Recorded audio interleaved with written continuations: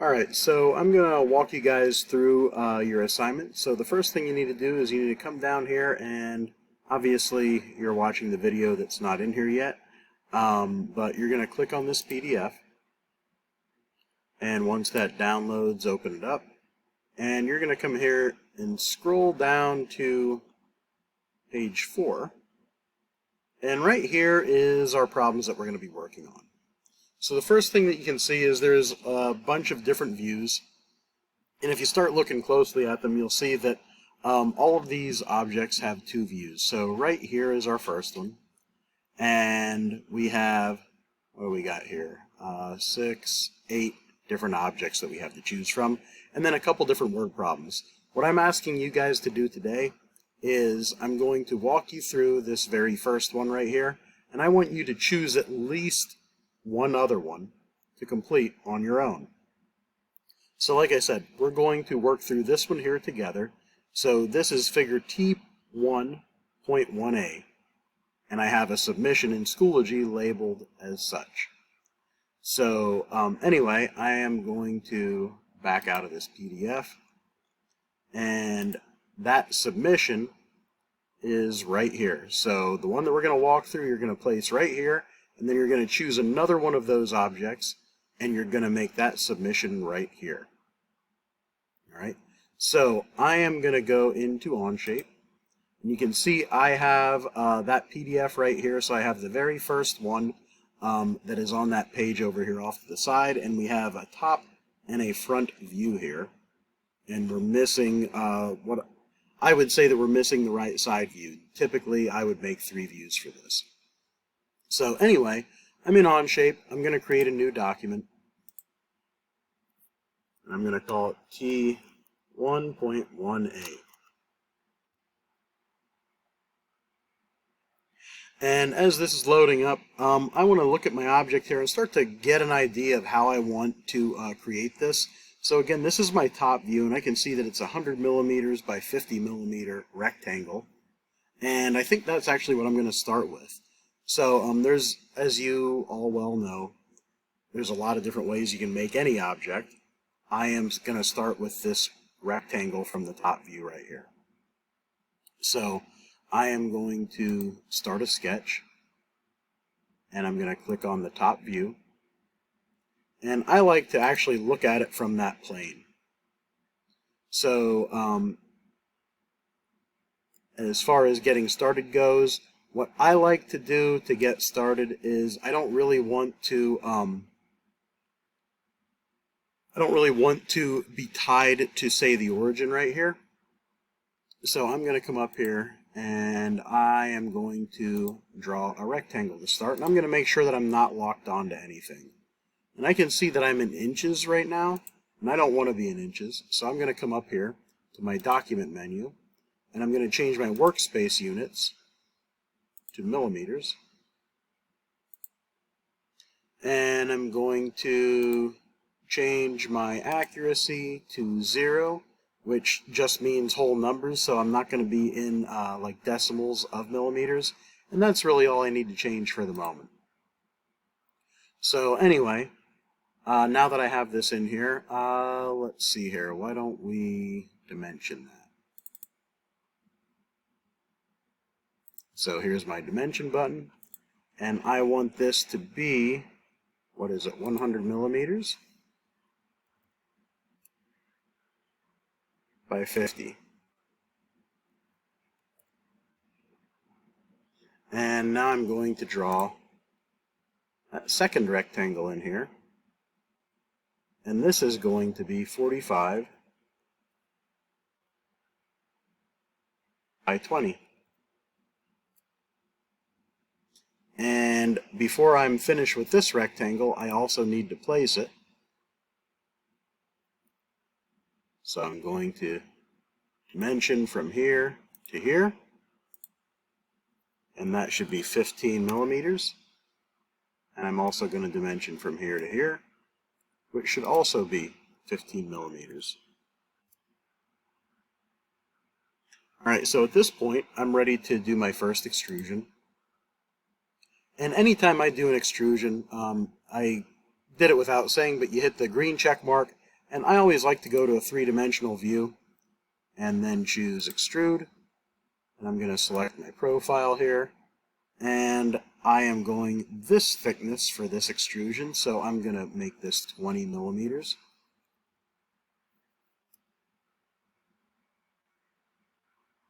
And now I'm ready to draw this back part right here.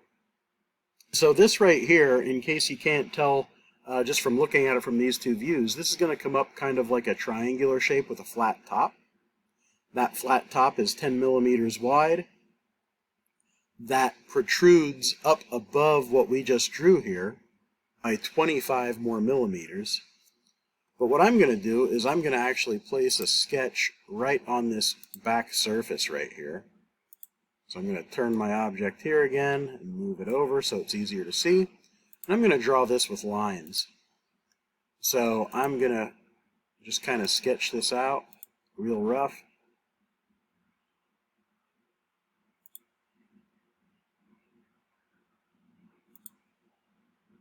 And once I have it sketched, I'm going to dimension it. This is 10 millimeters across the top.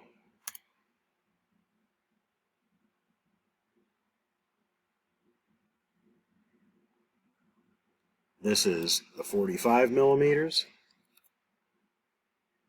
And in case you haven't noticed already, all of my dimensions are coming directly from the drawings.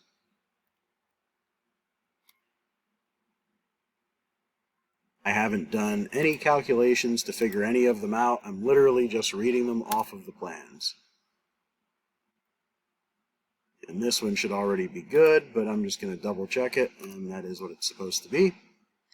All right, so now I'm done with that sketch. So I'm going to turn it to a 3D view, and I'm going to extrude this. And if you notice down here, in my parts browser, all of a sudden part 2 just showed up. That showed up because this is on new. I just want to add this to the existing part. I don't want to make a new part. And I don't want this to extrude in this direction, so I'm going to flip it. And I want that to be 25 millimeters, which is what the default actually is. So I'm going to leave that right where it is and hit the green check mark. And my object is complete. I'm going to turn off these different planes right here so it's a little easier to see the object. We can see there is our finished object. So now we're finished making the model. The next step then is making your drawing sheets. To make your drawing sheet, you can see down here you have an assembly tab already. We want to click on this plus button and we want to create a drawing. And you shouldn't have to change anything in here. We can just hit OK. And sometimes this takes a little longer than I'd like for it to load up. But once you get your drawing loaded up, choose the part. And you should get a little preview like that once it loads up. And that actually is the view that I would like to make as the front view. So I'm going to go ahead and place that. And it's going a little slow placing the views, but I just left click to place the view, and we should be able to left click to place the next view. It's just a little slow to get to it. I'm going to place that up here. And after you've placed your second view, it doesn't want you to place anymore, but it gives you the option to. As long as your cursor stays like this, you're still in the place projected view mode. So now I can click on either of these existing views and project another view off of it. So I'm going to click on the front view again, and I'm going to place a right side view. And then I'm going to click on the front view again and place an isometric view. This is the standard layout for a standard 3-view drawing. If I don't want to place any more views, I can hit escape to get my cursor back to just like a select type cursor. And I can double click on my views here, and I want to actually change the scale. This 1/2 scale looks a little small to me, so I'm going to make them all 1:1. And I'm going to change this checkbox here. I'm going to take the scale label off. I'm going to remove the scale label from all of my views.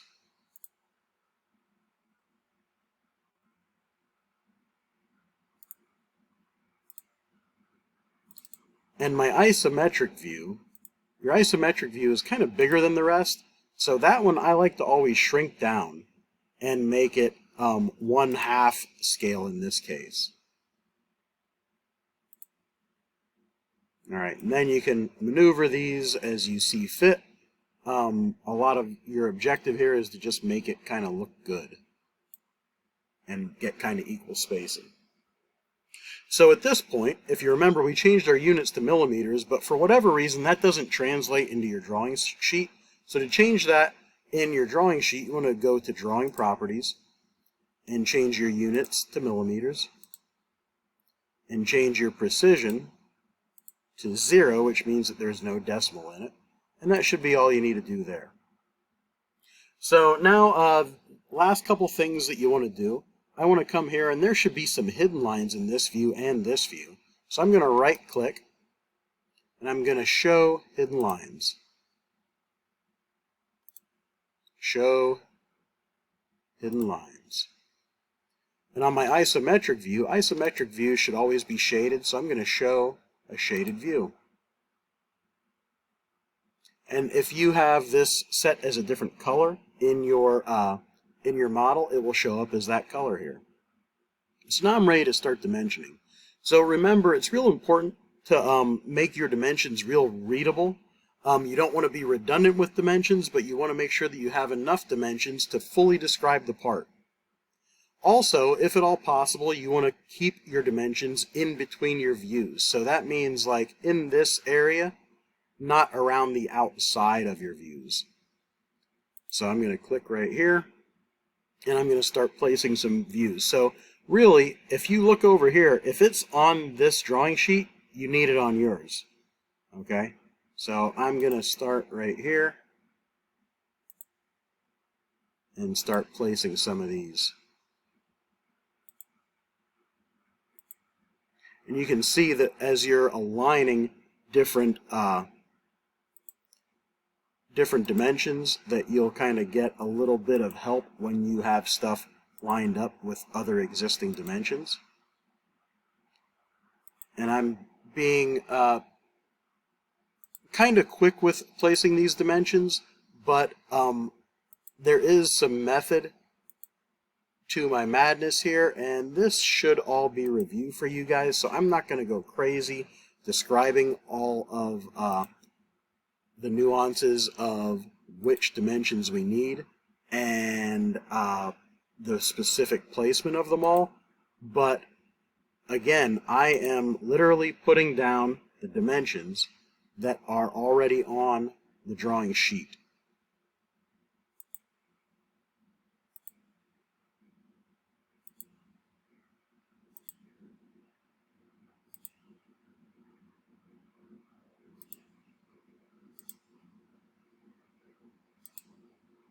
Alright, and I believe that should be just... Oh, no, I'm missing one more. You know what? The one that I'm missing here is going to mess us up just a little bit. I'm missing a height measurement right here. And what I don't like about this is now we have two dimensions that cross up right here.